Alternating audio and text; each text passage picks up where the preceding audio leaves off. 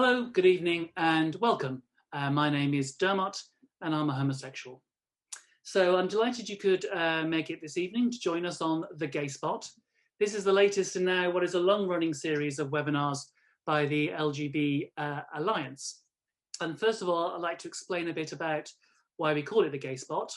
So it's named in honour of Ruth Ellis, who was a black lesbian pioneer who died in the year 2000, aged 101. Ellis and her lifelong partner, Celine "Babe" Franklin, moved to Detroit in 1937, and from the 40s to the 1960s, the couple's house was known as the Gay Spot. Black same-sex couples were not welcome at white gay bars, nor were they welcome at black straight clubs. Their home gave the community a place to dance, to sing, and to socialise. And that's what part of what we hope to get out from the webinar this evening. So first of all, to say a bit about what we're going to discuss. So as the BBC calls it, this year there's a bumper crop of elections happening across the UK. We'll shortly be hearing from our panellists. But just to make clear at the start of this, our purpose here is to inform, to educate, and to entertain. The LGB Alliance has always been a charity, and this week it's become a registered charity, and it's very clear to us and in our purposes that we're not a party political body. But what we hope to get out from this webinar is to help inform the audience around those issues facing LGBT people across the UK. First of all, I want to do, before we go any further, is do a quick poll to just to see who amongst you have elections in your area on May the 6th. So I think if that's launched, hopefully you can see that and you can vote. I shall very briefly introduce our panelists for the evening. We have Rona Hotchkiss, who describes herself as a lesbian and a feminist for 40 years. Rona started her working life as a nurse and eventually became an advisor at the Scottish Government and then director of a National Development Unit.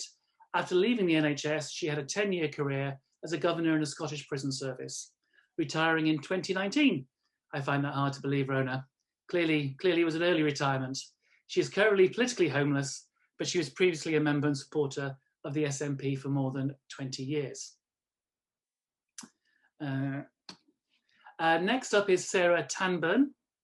Sarah was a co-founder of the LGB Alliance Cymru and has been an activist in lesbians, women and environmental and housing causes for many years. Amongst other public policy, she has published material on devolution in Wales and has worked in local and regional government in Wales and in England. She has sailed in many parts of the world, but has finally settled down a little to work on a novel and a PhD. Let's hope she doesn't get the two confused. And last but no means least is Lucy Massoud. Lucy works within the legal profession, focusing on children and domestic violence. Previously, Lucy worked as a firefighter with the London Fire Brigade for 10 years. Throughout her life, Lucy has campaigned for the rights of the LGBT community and was instrumental in the London Fire Brigade adopting many LGBT-friendly policies. In the last few years, Lucy has been an outspoken critic of proposed self-ID reforms and the erasure of females' sex-based rights. So I think if I close the poll now, that should share with everybody. I can't believe I'm still sounding cautious after a year of doing this, but it all still feels not quite sure. So there we are. Most people do have an election, therefore, in England. So without further ado, Rona, if I can start with you first, because perhaps what's happening in Scotland is probably the biggest election. No offence to London, especially to Wales. Could you start by giving us a sense of what are the issues? What's the elections for, and what are the issues there? Okay, so this is the Scottish equivalent of a general election, I guess. This is to elect a parliament that controls most of the powers that were traditionally reserved to Westminster. Just to explain a little bit about the Scottish system, we will be electing 129 MSPs, members of the Scottish Parliament, but we've got a different electoral system in Scotland. It's a part proportional representation system. So we have 2 ballot papers. We will elect 73 first past the post MSPs, as you would for Westminster, but we also have 56 regional MSPs. and they're elected by a proportional representation system. So if you believe in PR, then it's a much more democratic system. I personally like it. Also in Scotland, 16 and 17-year-olds can vote. So that happened at our last Holyrood election and has carried on for this. Just to give you a flavour of it, last time the SNP won 59 out of the 73 constituency seats. But because of that, because of the way the system's set up, they could only win 4 regional seats.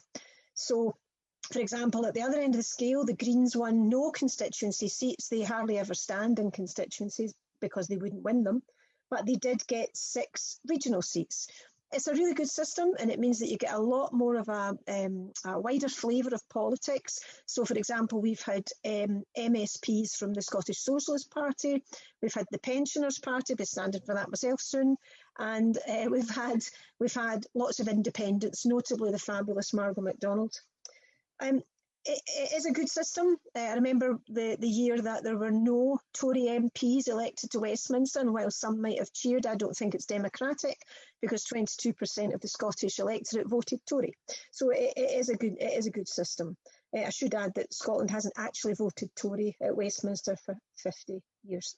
Okay, so 6 parties standing this time in an alphabetical order. I'll try to remember them. They are ALBA, the new pro-independence party, the Conservatives, the Greens, Scottish Labour, the Lib Dems, and lastly, the SNP.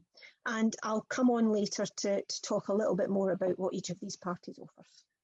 Thank you, Rona. That was really clear. And just to say, in terms of a bit of a housekeeping for people, if you want to ask a question, please use the Q&A box. Put them there. We'll try and get later on in the discussion to take some of your questions. Next, down south, Sarah, to Wales. So what's the situation in Wales? How does that differ from Scotland and Westminster? I think you're on mute, Sarah.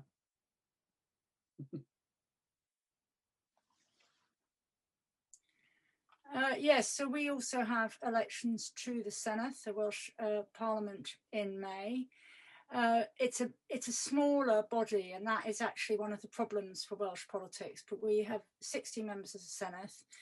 40 are elected on a constituency system and 20 on a regional list system. And as in Scotland, that's a mixture of first past the post in the constituency and proportional representation on the regional lists. And it does create a variety of coalitions and alliances. So at the moment, we have a minority Labour government with the support of Liberal Democrats and independent members. Or we did have until the Senedd dissolved just a couple of weeks ago. The biggest parties, Labour, Plaid Cymru, and the Conservatives, a smaller showing from a sort of mixture of parties. There's obviously, as I mentioned, Liberal Democrats, there are independents. This time round, there are going to be UKIP and Abolish the Assembly members, candidates standing, plus a number of other smaller parties. It's quite a long list. Our ballot papers tend to get extremely long and complicated at moments. I think one of our biggest challenges is that it is too small, and so the capacity of the Senedd to now deliver what they are responsible for within the reserved powers model since the passing of the Wales Act in 2019, which puts us very similar to Scotland in certain key ways. It's a lot of work to do, and 60 isn't really enough to ensure that the Senedd is able to properly scrutinise. That's a problem in the terms of the alliance is concerned, because the sort of what you might broadly call the left, centre-left ground of Labour and Plaid are squabbling over a very small ideological slice of the cake.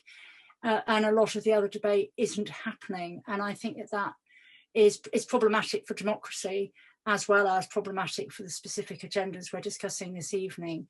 And so I think there are a lot of people in Wales who feel made very politically homeless by that. They want to support devolution and probably further than devolution. They want to see the Senedd functioning well, so they're not in favour of Abolish or some of these other parties. But they're not finding that those parties are recognising the reality of the protected characteristics in the Equality Act. So I guess we'll come on to some of those issues we are responsible in Wales for education, for health, for sports policy, for policing, but not for the courts. So again, all of those dimensions happen within debates with Cardiff rather than with Westminster. Thank you, Sarah. And last but no means least, Lucy in the capital. So what about the Greater London Authority and the Mayor of London? Thank you. So yes, we're gearing up for those elections. This election was postponed due to COVID from last year. So we're running about a year behind. And the mayoral election is quite an important election in London, simply because the mayor in London has quite a substantial amount of power. They have power over public transport, they have influence over the budget for the police, and also the London Fire Brigade and various other things as well. So it's quite important for Londoners, and obviously London being such a diverse city and such a dense city, the results really can be quite important. I remember being a firefighter when Boris Johnson was elected mayor. We went from Ken Livingstone to Boris Johnson, and the impact he had as mayor on the fire service was massive. I mean, I say a very negative impact. Closed 10 fire stations, we lost 27 fire engines, and over 1,000 job losses. So they really do have quite a lot of power. Obviously now, I look at wider issues such as knife crime, transport, housing, just general sort of affordability of living in London and how it is to live in London. But of course, I'm still looking at the issues that are close to my heart, which are LGBT issues, sex-based rights issues. We had the recent horrendous murder of Sarah Everard just down the road from me. So of course, crime and the impact certainly it has on me as a female, or any female walking the streets of London is very important and will play a part in this election. We've got a ton of candidates. I'm not going to go through them all because there's just so many. I don't even know all of them. I can't even name them. When I was walking down Tooting High Road the other day, there was one of the candidates just had like an A4 printout that they'd pretty much handwritten and was just sticking it to lampposts. That kind of gives you an idea of the kind of funding that some candidates have. But the main candidates are, of course, the Conservatives, the Lib Dems, the Greens. We've got a Women's Equality Party member as well, a candidate, and a Labour candidate. So the Conservative candidate is Sean Bailey, who is originally from London. On paper, he looks the part. He's a former advisor to David Cameron when he was Prime Minister, and he's currently a GLA member. And for the last sort of 2 years, he's scored some quite strong political points against Sadiq Khan, who's the mayor at the minute. He's really challenged him and tackled him on knife crime and come across quite well at times. However, during this mayor election, he just doesn't really seem to have connected very well with the voters. He's done a number of gaffes. He said a few things which haven't come across well. And the word is that Tory headquarters are kind of pulling back their support for him. On LGB issues, recently Bailey has proposed that if a crime takes place in London that's motivated by homophobia or transphobia, then it should be treated as an aggravating factor when it comes to sentencing. Sounds a great idea. The only thing is, homophobia and transphobia is already deemed as an aggravating factor when it comes to sentencing. So I'm not really sure where he's come up with this, seeing it's been in place for quite a long time. Now, where you would have expected Bailey to stand up and speak out, certainly in support of female rights and the rights of same-sex attraction, he stayed quite silent on that point. The Lib Dem candidate is someone called Louisa Porat. So, of course, I had to first Google what a Lib Dem was, because it's been so long since they've been relevant. And once I found out what a Lib Dem was, I then had to Google what her position was on LGB issues. Now, I got a ton of results of her supporting the trans community and supporting Trans Visibility Day, which is brilliant. And of course, we all support that. But strangely enough, there was nothing from her in respect to lesbians, and nothing from her last year in regards to Lesbian Visibility Day. In 2019, she had an online conversation with the former MP, Lynn Featherstone. The title of the online chat was called "No One Asked Me If I Had a Fanny." Porat gives her opinion that she agrees with the position that passports shouldn't have a gender, because it makes absolutely no difference to anyone. She's not expected to make much of an impact on these elections. She's quite an unknown, even within the Lib Dem party. We've got Sian Berry, who's the Green candidate. At the recent Green Party conference in March, a motion was put forward that aimed to protect sex-based rights for females by simply adding sex to the list of oppressed groups. Not overly controversial, you might think. However, the motion was accused by many in the Green Party of being transphobic, and Berry ranted on Twitter that the motion was upsetting and accused the motion of targeting trans people. The motion was ultimately voted down, with Berry thanking the Green Party members for them being inclusive. Of course, by her meaning of inclusive, that was exclusive of women.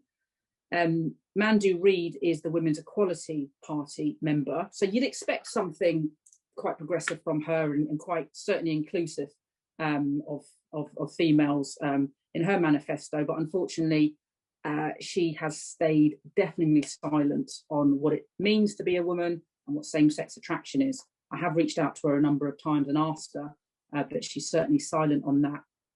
Okay. And then, so carry on. Yep. And then finally, of course, we've got the current mayor, Sadiq Khan, for the Labour Party.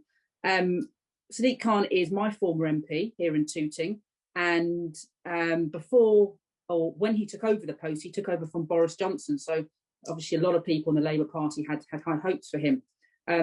Since being elected, Khan has been very vocal on equality issues, but in the last 18 months, he's focused his attention firmly on the queer community and has repeatedly tweeted that trans women are women. In his manifesto, there are 12 mentions of LGBT+, but only 3 mentions of knife crime. So take that as however you may interpret it. Sorry, I'll just finishing off. Concerning though is during a recent London Assembly meeting, when Khan was asked, do some women have male reproductive organs, Khan refused to answer the question and then eventually accused the questioner of trying to stir up hatred. So currently the London mayor is the darling of the Islington Labour elite, and it seems that he will be a shoo-in for the election, not particularly because he's been a good mayor. I would say the opposite. Knife crime is sky high, public transport is at breaking point, and London property, we have sky high rents here. However, the opposition candidates are quite weak. He doesn't really have too much competition, so it is very likely that he will win, probably with a landslide, which is a shame because London is an amazing city, and I'm sure all the speakers will agree that London is by far the best place in the UK to live. And certainly Londoners do deserve better from the current crop of candidates that we have for this election. Thank you very much, Lucy, and I can confirm that London is the best place to live. Moving on from that, Ronan, can I come back to you? We've had a question in from some of the audience saying, hi all, I'm in Scotland, and I have to say I'm very worried. The new hate bill and the policies of several parties and the attitudes towards LGBT people. I'm currently politically homeless, which is some way you describe yourself as too, Rona, for the first time in my life. What are the issues for LGBT people in the Scottish elections? Well, it's really very difficult because, of course, the Scottish opinions polarise between pro-independence and pro-unionist or whatever. So very few people vote on one issue alone, but there will still be a split if you're pro-Indy or not. So there are 3 pro-Indy parties and 3 unionist parties. And if you look at the pro-Indy parties first, if you were voting as a pro-Indy person, and if your only other issue was LGB rights, you would undoubtedly vote for ALBA, the new pro-Indy party. They are the only party out of a lot of them to actually explicitly say they recognise women as a sex class. They recognise the need for single-sex spaces, services and sports, and they would amend the hate crimes bill, amend it, not set up another commission to include misogyny. So that if that's what you want, your vote is very, very clear. If you're pro-independence, but you're thinking about wider issues as well, although it depends what those issues are. Of course, you have the Greens, who are a bit ambivalent about independence, but are certainly in favour of a referendum. But of course, the Greens are the party who are least likely to say, for example, that it's okay for lesbians to be exclusively single-sex attracted, or for gay men, or for straight people for that matter. They are the most pro-trans, if you like. And I don't even want to talk about transness tonight because it's not really what I'm interested in. But certainly the Greens would be at the complete other end of the spectrum. So in between you have the Conservative Party, who say very, very little in their manifesto about LGB. In fact, I don't think the letters are mentioned, but they would repeal the hate crimes bill because they think it's an assault on free speech. And they also say they would tackle discrimination based on sexuality, gender, religion or disability. Of course, gender is not a protected characteristic, so they can't actually do that. But I know they mean sex and not gender. The Lib Dems are going big on ending conversion therapy, as are the SNP. Nobody, of course, defines it. I think they're just hoping that people will think it's still about attaching electrodes to people's genitalia and zapping them every time they have a wrong thought. And there's absolutely no nuanced discussion on it. And the Labour Party's manifesto isn't out yet. It's delayed till tomorrow. But I think we can expect a bit of a fudge from them because they've had some fabulous politicians in the past who've defended LGB rights, notably people like Joanne Lamont and Jenny Mara. But overall, they're trying to play both sides of the field. So that's where we are in Scotland. But if you want a party who are unequivocally in favour of same-sex attraction, women's recognising women as a sex class and defending single-sex spaces, services and sports, you would vote Alba. But as I say, I'm not telling anybody to do that because your vote's made up of lots of different constituent parts. Dermot, you're on mute. Yeah, sorry, thanks, Rona. And of course, the LGB Alliance does not support any party. But coming back, watching it from south of the border and having seen the coverage of Alba, I mean, given what you say about this now being the champion of women's rights, and sort of the fact the founder of Alba has a checkered reputation in this area, is there any conflict there between Alex Salmond essentially in this party and getting the support of women? Well, this is a really difficult one because, of course, we can't talk about criminality in relation to Alex Salmond because he was cleared of all charges. So we shouldn't even discuss that. So what we are probably talking about here is personal morality. And that's something for everybody to decide. I mean, if you were going to judge people on their moral standards, I would suggest that nobody be voting for Boris Johnson. So that's for everybody to make up their own mind about. And I'm really not interested in mudslinging over these things. I know some women are conflicted about it, but some of the women that have been my colleagues in talking about all of this stuff in Scotland have joined Alba and have come from backgrounds of standing up to people in other parties, standing up in public for women and LGB rights. And I think their position is, Alex Salmond is only one man. This is our chance to do something different. I have to say again, I have not joined Alba and I still don't know how I'm voting. Okay, thank you, Rona. Okay. Sarah, so what about within Wales? What are the issues there for LGB people? I think there are two ways of cutting it. One is by political party, as Rona has done, and then there's by issue. And as Rona says, you walk into the ballot box, you might vote on all sorts of issues. Although independence is by no means as front and centre in Wales as it is in Scotland, and we all know that, it's worth noting that Yes Cymru, which is the non-partisan independence movement in Wales, is the fastest growing political movement in Europe at the moment. And there's a lot of feeling here that we couldn't, there's no question but that Westminster did not handle the pandemic well. And there's also no question that despite how Wales voted in the 2016 referendum, Brexit is absolutely crucifying the Welsh economy. So those, because a border in the Irish Sea is fantastically bad for Wales.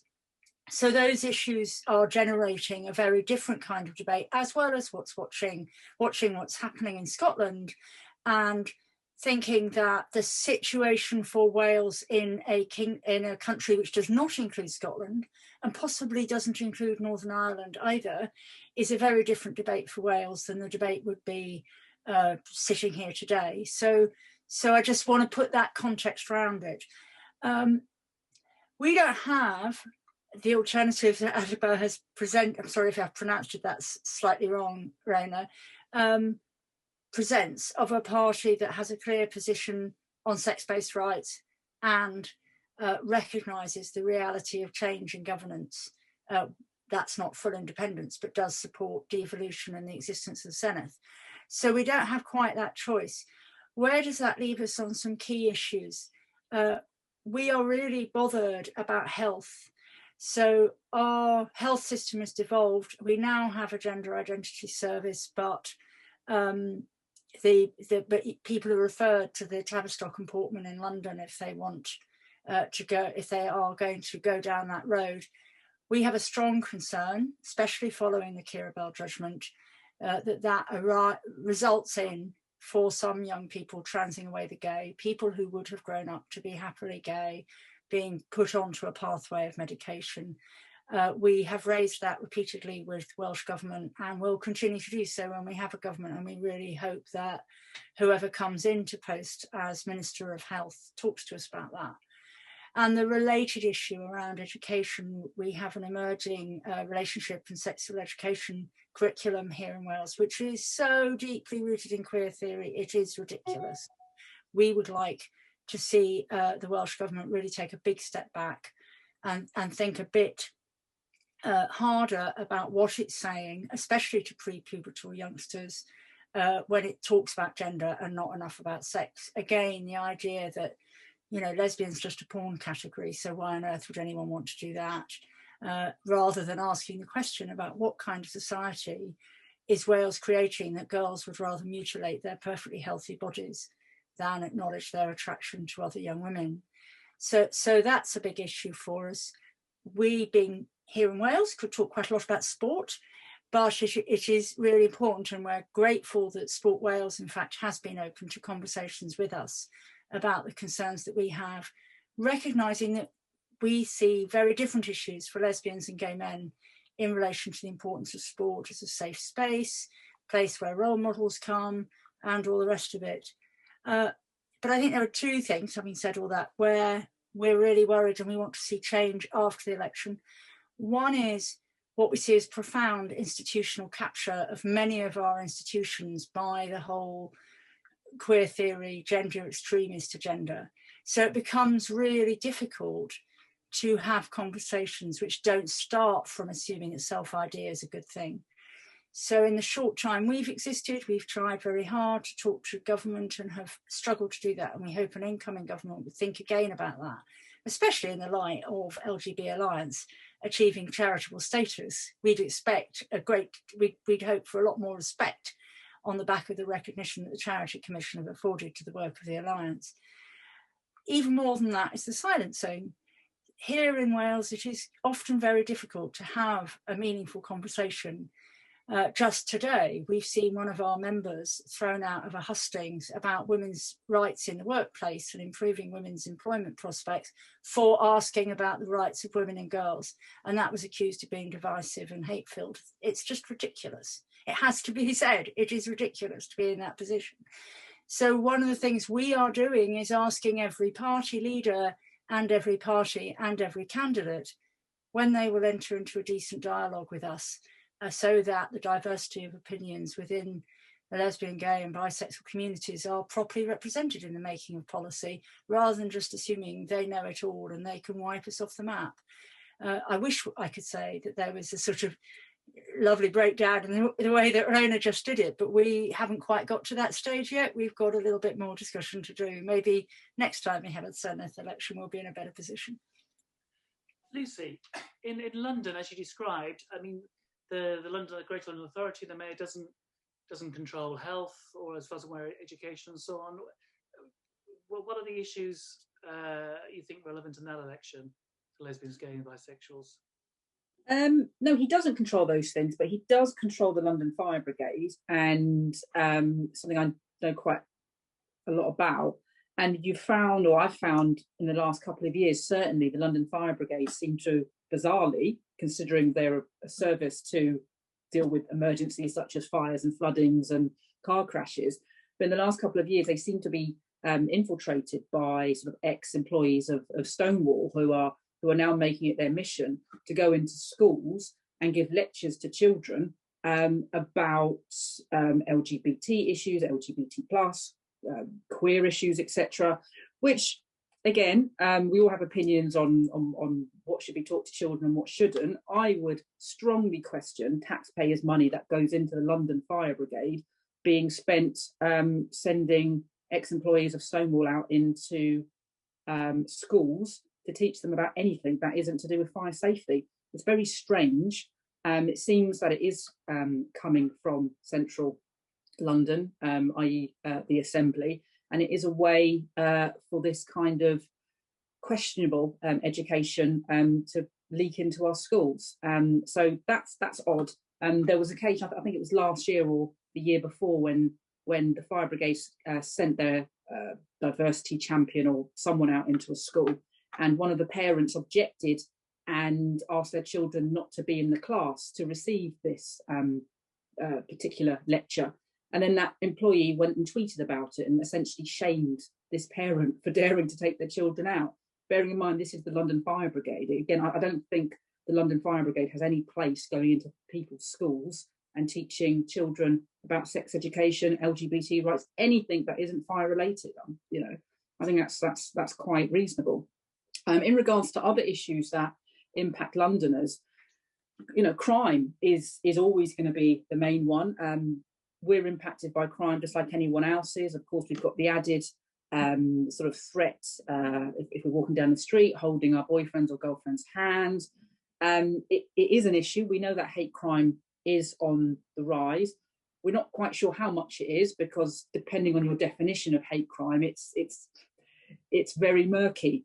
But certainly London is a far safer place now for LGBT people, certainly from heterosexuals, than it was, say, 10 years ago or 20 years ago.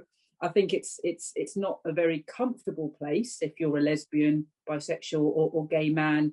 It's not a particularly comfortable place within the gay community, and I do use that because it's not particularly feeling like much of a community at the moment. So I'd say, crime is a massive issue. Knife crime, as I mentioned at the beginning, we heard about the terrible murder of Sarah Everard. So women generally do feel unsafe walking the streets of London anytime during the day. But then, of course, housing issues as well. We know that LGB people, especially young LGB people, are very vulnerable to homelessness. And we don't really have much of a safety net or structure in London that helps those people when they are at threat of homelessness, or where they are living in households where they're suffering homophobia, or in fact where they're living in accommodation that's clearly inadequate or unsafe for them. There's nothing really for them to rely on, and it's getting social housing or help with housing is almost impossible in London, and it's such a shame. I've noticed in the last couple of weeks, both Sadiq Khan and Sean Bailey have come out and pledged that if either one of them are elected, that they will eliminate new HIV infections within 10 years. Brilliant promise, but why are they making that promise now? Sadiq Khan's been in power now for 5 years. Why not make it 5 years ago? I'm not quite sure how they would go about eliminating it. I'm sure they have a plan in place, but again, it would have been nice to see that pledge made 5 years ago, rather than 5 minutes before the election is about to take place. But also, I think nightlife is a massive issue for LGBT people in London. I remember when I first moved to London in '97, the gay scene was magical. I remember walking through Compton Street like a Teddy Ruxpin, just glowing. It was absolutely magical. So many bars, so many gay bars and lesbian bars, and that's just all disappeared. And that's, I'm sure, for a number of reasons. High rates for businesses, lots of people using apps rather than going out. And when Sadiq Khan got elected 5 years ago, he appointed a night czar, and that night czar was to tackle nightlife in London because he recognised that there was a serious problem. Unfortunately, I would say that night czar has failed miserably in stopping the complete elimination, really, of the gay scene in London. There's very, very few gay bars. If you walk through Compton Street now in Soho, that was a gay area that was known throughout the world. Now you walk through it, it's, you know, it's Costa Coffee, and there's other coffee shops, by the way, but it's you wouldn't recognise it to be a gay part of an international city. There are a few gay bars left. Lesbian bars, there's one, the Flea Bar, the She Bar, should I say, but that's it. It's completely dried up, and it's such a shame, because this is an international city. I think it's probably one of the safest places to live if you are LGB, and it is a brilliant place to live, but we just do not have a functioning, entertaining, vibrant gay scene that you would expect of an international city. Lucy, I'll come to you in a second. Sarah, I just want to say one of the things I agree on, if I can use my position as chair slightly, I think it's really interesting, is, you know, the whole range of issues which affect LGBT people, whether it's housing or policing, crime, and so on. And I think one of the perhaps unfortunate things in recent years is that the debate on in the LGBT space has become, in my view, so focused on ideology and policing what people believe, rather than focusing on getting the best outcomes for lesbians, gays, bisexuals, and for LGBT groups, trans people as well. I mean, do you think, there's a question here from someone called Cameron saying, does Lucy feel that the lack of debate amongst the London candidates reflects a bigoted view that all LGBT people think the same? There's a seeming desire to just acquire the block vote of minorities, and they therefore ignore the very different views and arguments on, for example, self-ID theory. I'll come to Sarah for that question, because I think it apply equally there. Two things. One, is there an ignoring of the diversity of opinions within lesbian, gay, and bisexual people? And what about diversity of opinions within the political parties? Some of these parties, you know, are big institutions, the Labour Party, Conservative Party in Scotland, the SNP. These are not just vehicles for votes. These are you know, civic and cultural institutions as well. So, Sarah, can I come back to you on, I know you want to say as well, and maybe if you can respond to that. And also, by the way, something else I forgot to do is I've got polls for each of the elections, which I was going to do as they were speaking, but I forgot to do it. So I shall randomly put a poll up for one of the elections and fit it in. So, Sarah, over to you. Yeah, just on this issue of bars and spaces, and I do think they're connected. One of the challenges that we see all the time at the moment is every time you try and create a lesbian social space, somebody comes along and tells you that it can't be lesbian only unless you're going to accept trans women who are interested in relationships with women, regardless of their legal or indeed physical status. And I've had, I think, 3 conversations in the last week in which people are saying to me, how can I get together with people? And, you know, now we can go camping or go to the bar or whatever it is without having to involve a wider group than perhaps people choose. And that problem is reflecting the discourse we're hearing from our political leaders and from the organisations and that institutional capture that we talked about. We are entitled in law to create spaces and groups that reflect the protected characteristics of sexual orientation, whether that's as lesbians or it's as gay men or all sorts of things. And we're constantly finding, I think, particularly as lesbians, I'm sure it's happening to gay men as well. In fact, I know it is. I've had members talk to me about it. But I think it's particularly happening to lesbians. And I think there's some very nasty, creepy reasons for that. To come back to your point about diversity, because I think it absolutely reflects that, I think that we have a real problem that diversity of opinion within the lesbian, gay, bisexual communities is not being reflected. You know, the relationships between the alliances between lesbians and gay men didn't happen by accident. You know, we worked for those. We worked at them. We worked at them before the epidemic, during the epidemic, around Clause 28 and all the rest of it. And that shouldn't be forgotten. You know, that didn't happen just because people felt we should all sit in a box.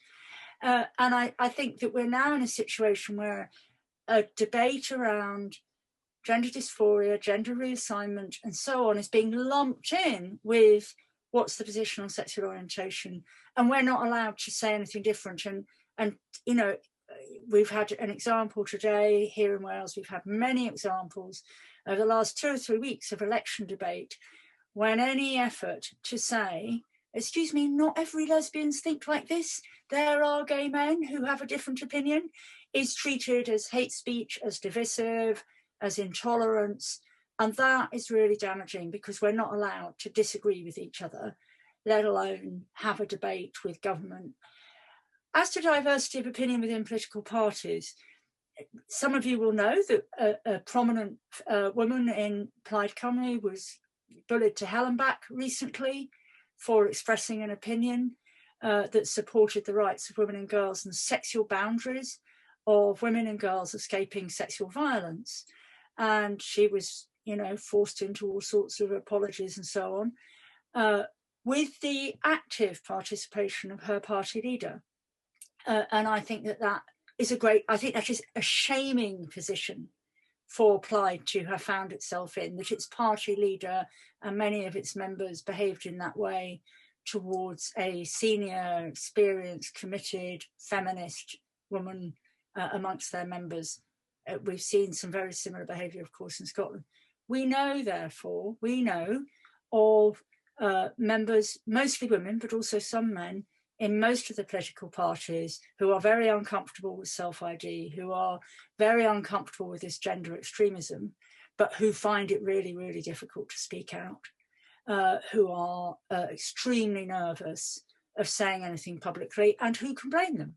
They've seen the most appalling pile-ons. They've seen their own party leaders at both Westminster and in Cardiff not support them.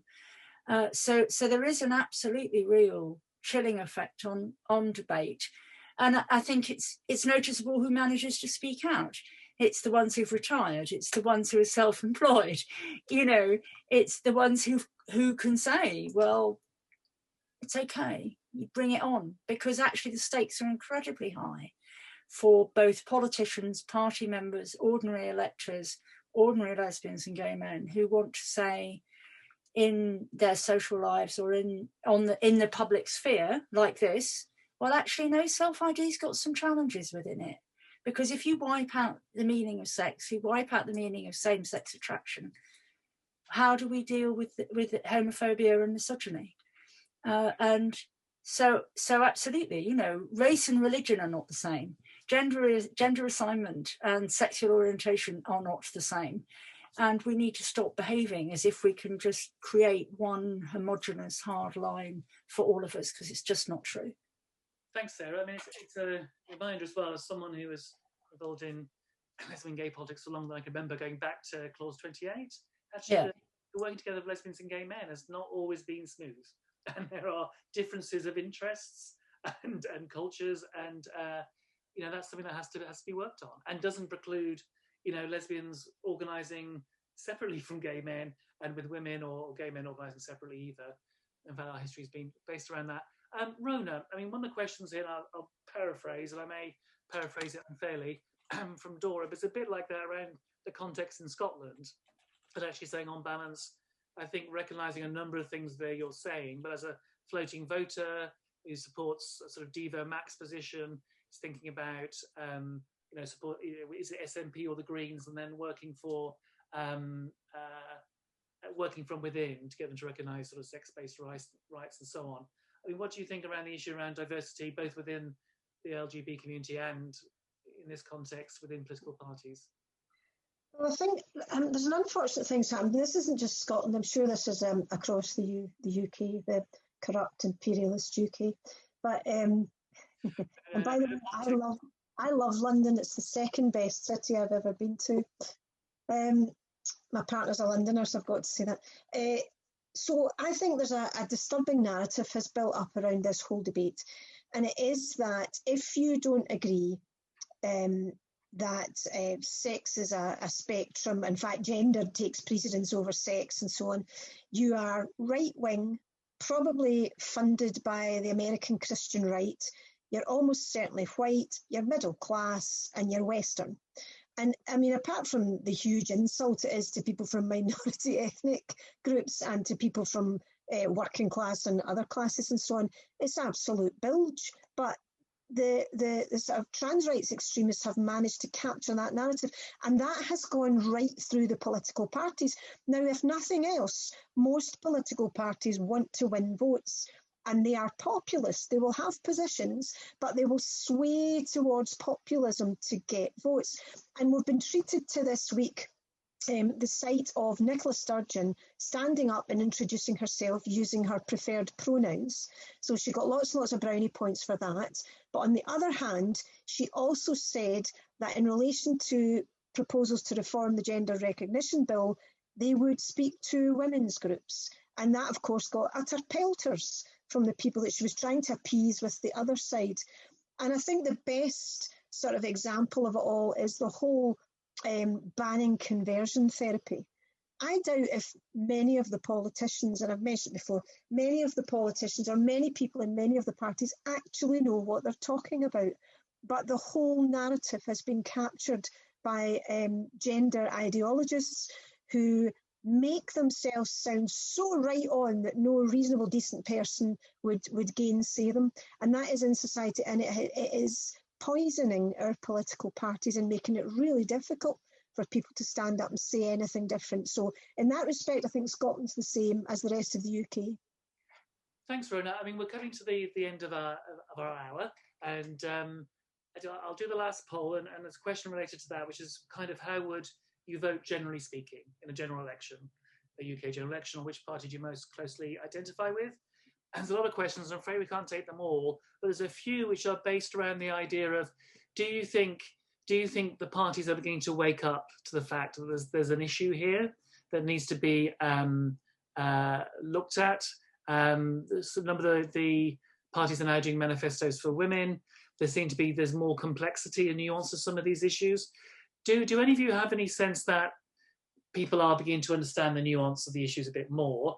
And if I ask you all to finish as well, because we've only got 10 minutes as well, could you say what could people watching this, either now or later on YouTube, LGB people, what sort of things can they do to become politically active and to help promote the interests of lesbians, gays and bisexuals who think like us?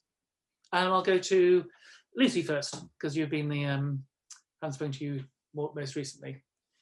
Thanks. I think parties will have to take notice of us now. The Labour Party's a perfect example. I've been a member of the Labour Party my whole adult life, and I keep getting thrown out, then they let me back in, then I get in a huff, and then I storm off and leave, and then I come back in. But generally, I have been a member of this party since I was 16. And you just have to look at their performance at the last general election to see how their stance on this issue, and of course it wasn't just about this issue that made them lose so dramatically, it was their ridiculous stance on Brexit that no one could really understand. You can't tell a whole bunch of Brexit voters up north who are Labour Party members and voters that they're thick and they didn't know what they were voting for. Chances are they're not going to vote for you, and they didn't, and Labour deserved exactly what they got in that general election. But it was also a case of female Labour voters who were just sick to death of being told that we're bigots, that we should include penises into our dating circles if we're lesbians, that we are somehow, as Rona said, we're all somehow white, middle class, right wing, fascist, bigoted women if we believe in sex-based rights. Well, as a working class, black, left wing woman who has been on a number of occasions accused of being white, middle class and right wing, it gets frustrating. And although I am very, very much left wing and a Labour voter, you have to earn my vote. You know, you're not just going to get it. It doesn't matter how many times I've been out and campaigned for Labour candidates, which I have done since I was 16. I've appeared in Labour Party political broadcasts on TV. You still need to earn my vote. And if you're not going to do that, if you're going to take me for granted, not only take me for granted, but then sign pledges to have me kicked out of the party, like my MP for Tooting did, Dr. Rosanna Allen-Khan, who signed a pledge when she was running as deputy leader of the Labour Party. She signed a pledge to have supporters of LGB Alliance and Women's Place UK thrown out of the party. And in the same breath, she emails me asking me to come and help her campaign. She's going to get a pretty swift no to say the least. But yeah, so they will see an exodus of female voters, which has happened, and I'm sure other parties will see that as well. The Conservative parties, annoyingly, as a Labour member, the Conservative Party seem to have realised the issue, and they're just kind of, steering clear of it essentially, and as much as they can, trying to do the right thing and play both sides as carefully as they can without upsetting too many people. And they've done quite a good job of that. Labour's made an absolute hash of it. In respect to the question about why our party's kind of not really saying anything about it, because they've seen what's happened. They've seen what's happened to Rosie Duffield. They've seen what's happened to Joanna Cherry. But as much as we are accused of all those things Rona said, of being white middle class, right-wing fascists, etc., what we have done in this country really well, which they haven't really managed to do so well in other countries, especially the US, is we've had this fight against the ideologists and the gender woo-woo mafia. We've had this fight, and it's come from mostly the left of the party.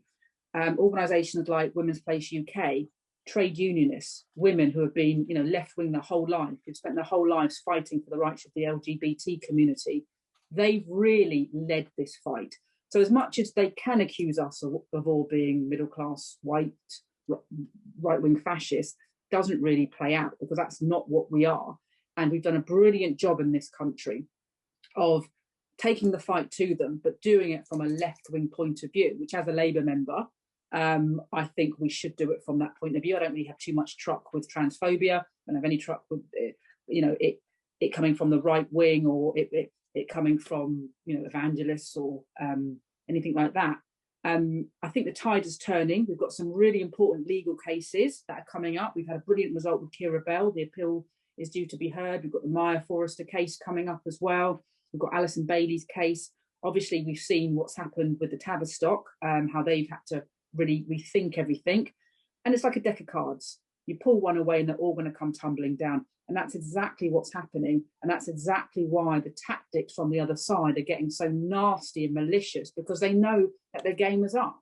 Stonewall, mermaids, who have just been riding this financial wave that has given them as much finances and coppers as they need, that's going to come to an end soon. There's going to be some very, very embarrassed people, some very embarrassed blue ticks who have happily tweeted their supports and for these organisations. They're going to be left very embarrassed.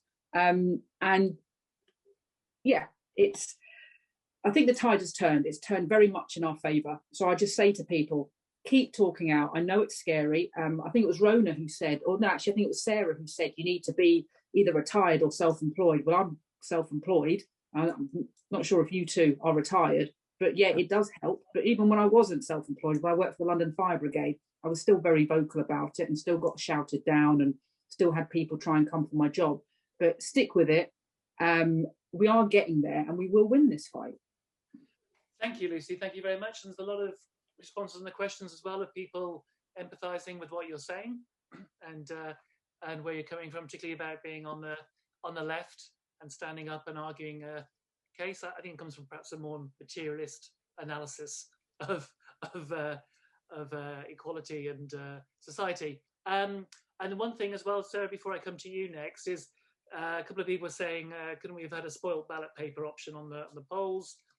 So sorry, we didn't do that. We had don't know or none of the above. If anybody wants to comment on that as well, and please do. But Sarah, over to you. So what can people do, lesbian, gay, bisexual people in Wales? And do you think, as Lucy does, the tide is turning?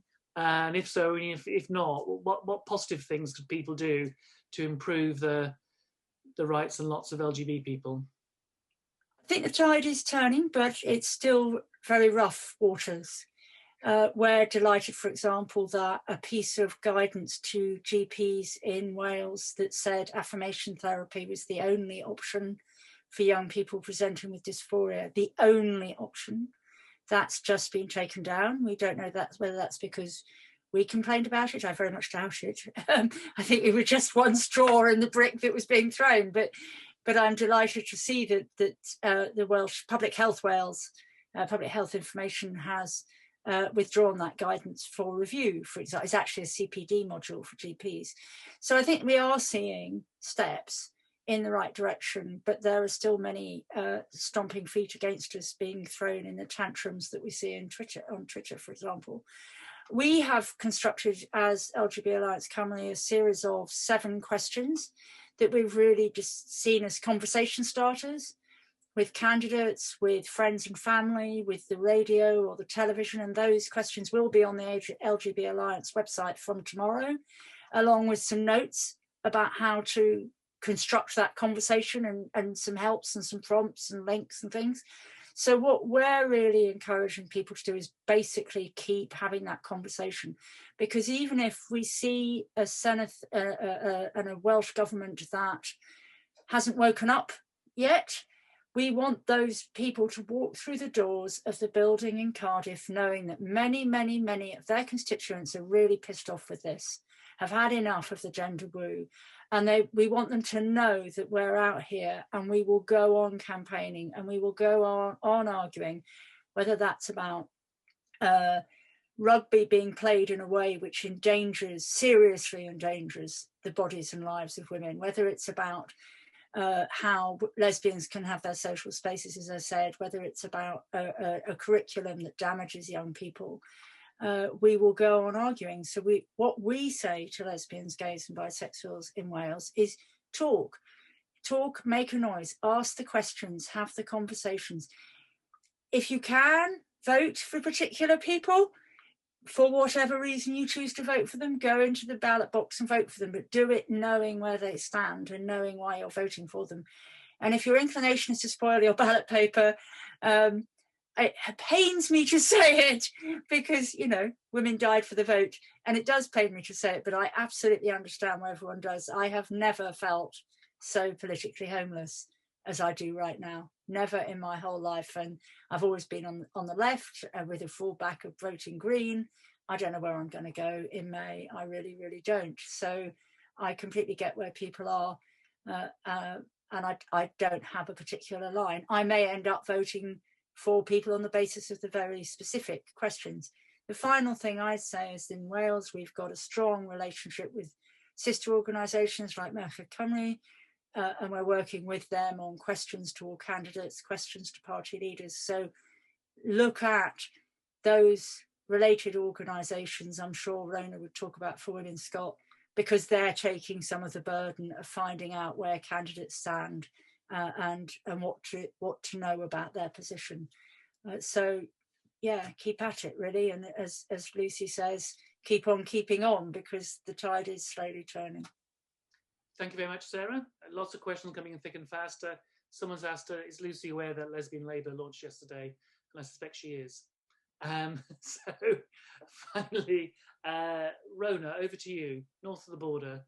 Okay, so what I would say is, if you can't or won't talk about this publicly for whatever reason, and there are lots of legitimate reasons, there are concerns about your job, there are concerns about your mental health, and some people just do not want to take the crap that gets thrown at those of us who do speak publicly.